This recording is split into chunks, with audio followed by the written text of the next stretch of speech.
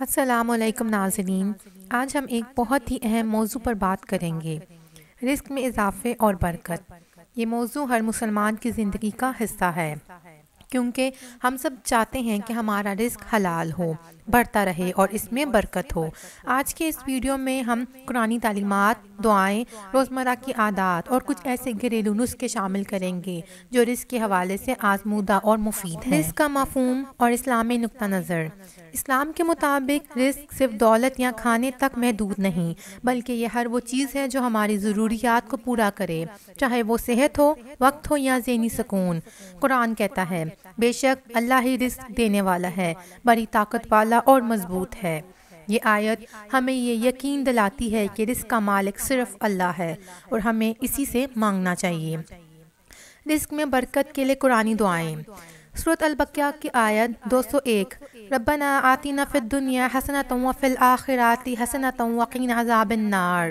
یہ دعا دنیا اور آخرت دونوں میں بھلائی کے لیے بہترین ہے۔ سورۃ طلاق کی آیت 3، اور جو اللہ پر بھروسہ کرتا ہے وہ اسے کافی ہے۔ یہ آیت ہمیں یقین دلاتی ہے کہ توکل اللہ پر ہونا چاہیے اور وہ ہمارے رزق کا انتظام کرے گا۔ رزق میں اضافے کے لیے روزمرہ کی عادات۔ نماز کی پابندی ہمارے تمام مسائل کا حل ہے، خاص طور پر فجر کی نماز کے بعد سورہ یاسین کی تلاوت رزق میں اضافے کا ذریعہ بنتی ہے۔ والدین کی خدمت اور ان کی دعائیں لینے سے رزق میں برکت آتی ہے۔ یہ حدیث مبارکہ ہے، والدین کی خدمت کرنے والے کے لیے جنت کے دروازے کھولے ہیں۔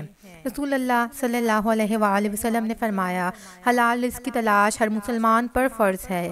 یہ بات واضح کرتی ہے کہ حلال روزی میں ہی برکت ہے اور حرام میں بربادی۔ رزق میں اضافے کے لیے گھریلو ٹپس اور نسخے۔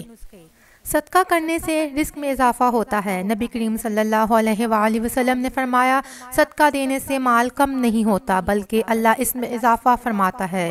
روزانہ تھوڑا صدقہ دیں، چاہے وہ کھانے کی چیز ہو یا مالی مدد۔ گھر کے دروازے پر سورۃ اخلاص اور سورۃ فلق پڑھ کر دم کریں، یہ برکت کا ذریعہ ہے۔ فجر کے بعد 3 مرتبہ سورۃ الاخلاص پڑھ کر پانی پر دم کریں اور اپنے گھر والوں کو پلائیں۔ اللہ کا ذکر اور شکر گزاری انسان کو نعمتوں سے نوازتی ہے۔ قرآن میں آیا ہے، اگر تم شکر ادا کرو گے تو میں تمہیں مزید دوں گا۔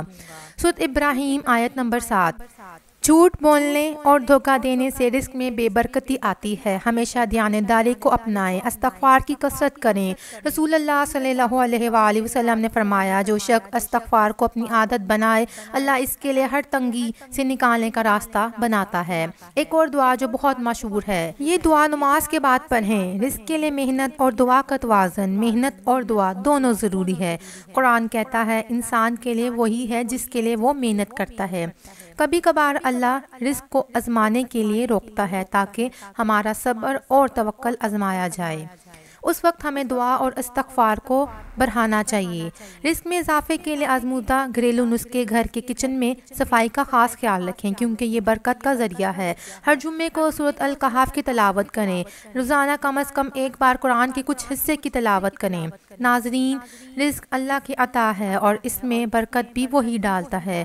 ہمیں چاہیے کہ ہم اس کی رضا کے لیے محنت کریں، اس سے مانگیں اور اس کی نعمتوں کا شکر ادا کریں۔ اس ویڈیو کو دیکھنے کے بعد اگر آپ کو فائدہ ہو تو لائک کریں، سبسکرائب کریں اور دوسروں کے ساتھ شیئر کریں۔ اللہ ہم سب کو حلال اور برکت والا رزق عطا کرے، آمین۔